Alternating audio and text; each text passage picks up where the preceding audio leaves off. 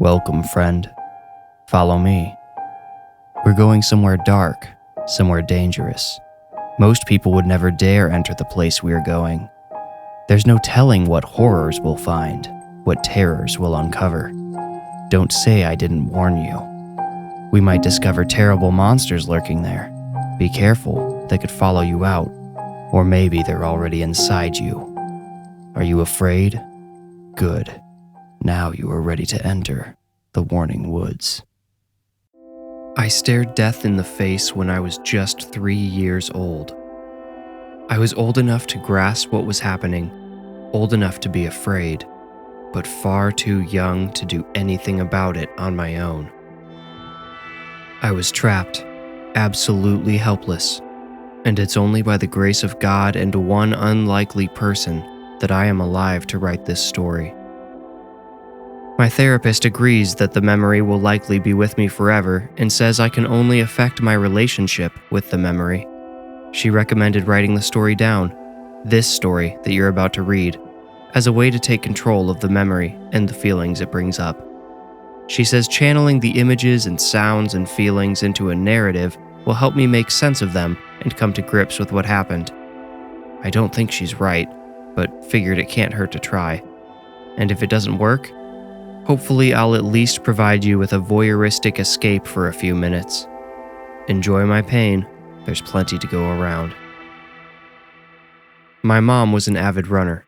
She ran marathons before she got pregnant with me, then slowed down and stuck to 5Ks. I'm told she ran 3 of those during her pregnancy. Dad says after I was born, she barely waited for the doctor's okay before she started running again. Every fitness-enthused parent knows how difficult it can be to find time for exercise when you have a small child to look after. You have to find shortcuts and workarounds that will allow you to put in the work. For my mom, the solution came as a 3-wheeled stroller designed for running. She started taking me out in that thing every single day. That's what Dad says anyway. I only have one memory of going out in that stroller, and it's of the day I wish I could forget but probably never will. So like I said, I was 3 when it happened. It was November 7th, 2002, and as cold as any November day can be. My mom got me all bundled up in a wool hat and gloves, plus my plushy winter coat that pushed my arms out at a funny angle unless I forced them down. Once my winter boots were on my feet and laced, she picked me up and put me in the jogging stroller. This one had a 5-point harness like a car seat. 2 straps went over my shoulders, and 2 more wrapped around my waist. All of the straps clipped into a single clasp just below my belly button. Mom had already put on her thermal running apparel, so once I was all strapped in, we were off. The air bit at my cheeks despite the visor Mom had lowered in front of my face. I watched the houses go by with watery eyes and hoped she wasn't planning on being out for long. Before you start thinking my mom was cruel to take me out like that, I should clarify that I don't remember her ever being out for too long when it was cold. Still, as a little kid with no control over what was happening to me, not knowing when we would be back home and warm made me nervous. And on that day, I was right to be nervous. The passing houses started getting farther and farther apart as we approached the park. Mom turned around in the park. She would run through the parking lot, past the playground, and into the woods where a very nice concrete path would take us on a loop through the trees and spit us back out in the parking lot again to go home. Dad explained all that to me later on, otherwise I wouldn't remember it. He says the only thing that could keep Mom from finishing her lap around the park was snow and ice on the path. It hadn't snowed in a while. Any snow or ice that had been covering the path had melted away, so into the woods we went. Mom loved running through the woods. It makes me sad to think about how excited she must have been to see the path clear that day. I bet it made her day right before it ended her life. We had just made it to the bend where the path curved around to take us back out when the stroller jerked abruptly. The sound of my mom screaming gibberish is burned into my memory, along with the sounds of metal creaking and the stroller's fabric rustling all around my ears. First it spun sharply to one side, then the stroller tipped halfway over as it straightened out. Then I heard a deep, beastly growl, and the stroller was jerked to the side again. My mother's frantic voice started to grow distant as I rolled towards the edge of the path. I had no idea what was happening. I was already in tears when the stroller's front wheel went over the edge of the concrete and got lodged next to a tree root. The abrupt interruption of the stroller's momentum caused the whole thing to tip over and land heavily on one side. I could still hear Mom for, I'm not really sure how long, to be honest. It felt like forever hearing her scream off in the distance as she fought. I flailed against the harness, but it held me firmly in place. I couldn't reach the ground. I was suspended by the straps, barely still in the seat but totally unable to get out. Something cut my mom's voice off short, and the world around me went quiet. All I could hear was the cutting wind rustling the dead branches above me and the fabric all around my ears. My tears and snot started to freeze. The streams coming down from my eyes felt like deep scratches clawed into my face. They cut across my face at an angle as I struggled to keep my head up. I remember desperately trying to push the button that would release all 4 straps at once, but I couldn't push hard enough with the puffy gloves on my hands. I tried and cried. I even kicked at the ground in a fruitless attempt to right the stroller. What good that would have done, I have no idea, but I was so scared just laying there, trapped on my side. I wanted to get out so I could go find Mom. I wanted her to be okay. I hoped the fact that she wasn't screaming anymore meant the danger had passed.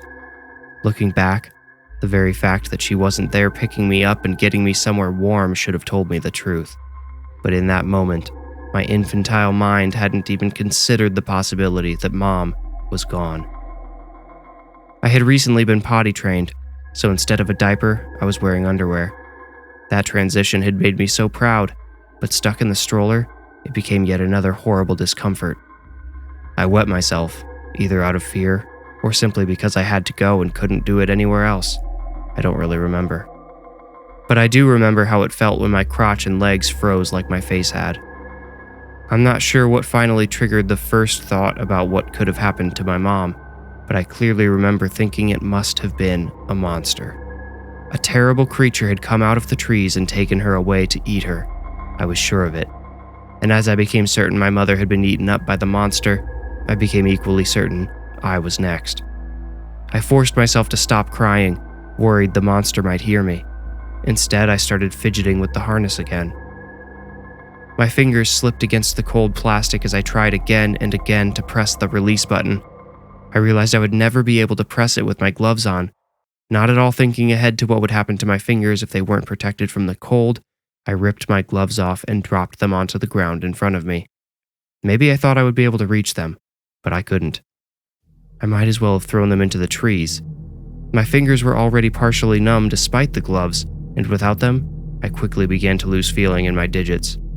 All of my struggling and rustling in my coat must have generated enough noise to get the monster's attention. I heard a twig snap somewhere behind me. It echoed sharply through the frigid air, bouncing off of leafless trees, passing through dead shrubbery. Another footstep crushed a few frozen leaves. I froze too. Mom had tried teaching me to hold my breath at the pool that summer, and I had failed miserably, but in that moment, with the monster creeping towards my overturned stroller, I held my breath without even realizing it. More tears came despite my efforts, melting the previous streaks before freezing into new ones. I wanted to call out for Mom, but still felt it was important to be quiet. As the footsteps continued to creep nearer, I renewed my effort to get free. I was going to get myself out of the stroller and run away. At the very least, I would hide somewhere the monster couldn't find me. I pressed my numb fingers into the button, but still couldn't push it down. Everything was working against me. The button itself was as stiff and cold as my fingers, which felt like they might break off if I pushed them any harder. Every time I pushed, the harness pressed into the ice in my pants too, which only added to my misery. It was about at this point that I tried reaching for my gloves and discovered the ground was out of reach. My neck was getting tired too. I had been holding my head up for so long, and now my frozen muscles were giving up on me. I was ready to give up too. The footsteps had almost reached me. I could hear heavy breathing coming with them. It was deep and loud. The monster was panting like an excited dog. It was excited, I assumed, because it was about to eat me. The footsteps stopped right behind the stroller. I squeezed my eyes shut and whimpered helplessly as the monster grabbed the stroller, set it upright, and turned it around. Then I felt the familiar sensation of rolling down the path. I opened one eye, terrified I was about to see the monster that had taken my mom, but instead saw the empty woods and the path coming towards me, then disappearing behind as I was pushed along. I opened both eyes now and searched the trees frantically for any signs of Mom.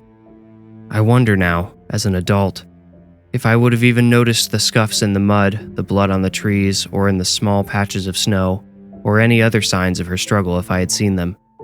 I was just a kid. I had no idea what to look for. I just wanted my mom. The monster pushed me along, presumably taking me to its cave or lair to eat me, and I started to cry. Not just silent tears this time. I sobbed loudly and uncontrollably. I was shivering with cold and pure terror. I wet myself again. The monster growled angrily behind me, and I tried to stifle my cries. Soon the playground came into view. Something about the familiar sight gave me a little hope. I half expected Mom to be waiting at the other end of the trail where the loop ended, but of course, she wasn't there. With a hideous grunt, the monster shoved the stroller. I rolled forward so hard and erratically that I thought the whole thing would tip over again, but it stayed upright. I quickly slowed to a stop. The front wheel must have been slightly crooked when the stroller came to rest, because when it stopped, it turned sharply to the left, spinning almost 180 degrees around. That was how I got my first glimpse of the monster. It was enormous, both tall and broad. It stood on two legs and walked with long steps. It had a mane like a lion that wrapped all the way around its face, though the very top of its head was bald. Its thick torso was dark brown with hair far shorter than the hair around its head, and its legs were black and hairless. It lumbered back into the woods without looking back at me. I sat there alone in the parking lot for God knows how long. By instinct, I tucked my unprotected hands under my thighs. Eventually, I fell asleep. I almost didn't wake up. When I finally did awake, it was in a hospital. I didn't recognize any of the people standing around me, but they seemed very happy when I opened my eyes. They asked me a bunch of questions, including my name and my parents' names. Thankfully, my parents had taught me our last name and I was able to give it to the doctors. I told them my dad's name, but explained that my mom had been eaten by a monster. That was when I had noticed the police officer who was also in the room. She had been standing in the corner, but stepped forward as soon as I mentioned the monster. While we waited for my dad to come, I told her all about the big, hairy beast that had taken my mom. She wrote down my whole story, which I'm sure did not come out in a fluent narrative. She put it all down in her little notebook, pausing occasionally to give me a comforting smile. Dad took me home that night. He seemed overjoyed when he first saw me, but then he got sad for a long time. I don't think I saw him smile again for months. I probably didn't smile either. Dad explained to me that Mom wasn't ever going to come home again. I told him I knew that because the monster had eaten her, and he said no, she hadn't been eaten. I asked him if the monster hadn't eaten her, what had it done with her? Dad said the monster sent Mom to heaven. I didn't understand that. Why would an evil monster take somebody somewhere amazing like heaven? Well, that's the story as I remember it. I'm not sure if my therapist was right. I don't really feel any different. I guess it didn't hurt though. And it probably won't hurt to tell you a little more, I guess. Consider this the epilogue to my traumatic experience. After that initial conversation with my dad, I honestly didn't question what had happened to my mom for years. The next time I thought about it was the second time I saw the monster. I was 7 years old then and didn't recognize the beast at first. He was on TV. He walked onto the screen in orange clothes and handcuffs. Dad started crying and turned the TV up. I asked him what was wrong and he said, "That's the guy who killed your mom." Now much older, I was finally able to make sense of what I had seen that day. The killer wasn't a monster in the sense I had originally thought. He was a big man with long, mangy brown hair and a thick beard that reached his chest. The short fur on his torso must have been a coat, and the baldness I had perceived was actually a hat. As he walked across the screen, the news lady talked about him. She said he was going to serve 4 life sentences.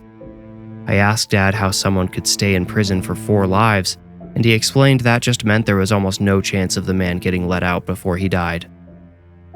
As an adult, I've come to understand the case in much fuller detail. I've learned all about my mother's killer. He's still alive. He's made many appeals, all of which have thankfully been denied. I do believe he will die in prison, which I personally feel is a gift he doesn't deserve. However, I am a little conflicted. This man, this monster, despite the horrific things he did to my mother and 3 other women, saved me. My therapist has tried to reason with me about this, reminding me that the monster put me in the deadly situation in the first place, but I still can't get my head around it. I'll never know why, and I'll never be able to shake the feeling that I am only alive because the monster let me live.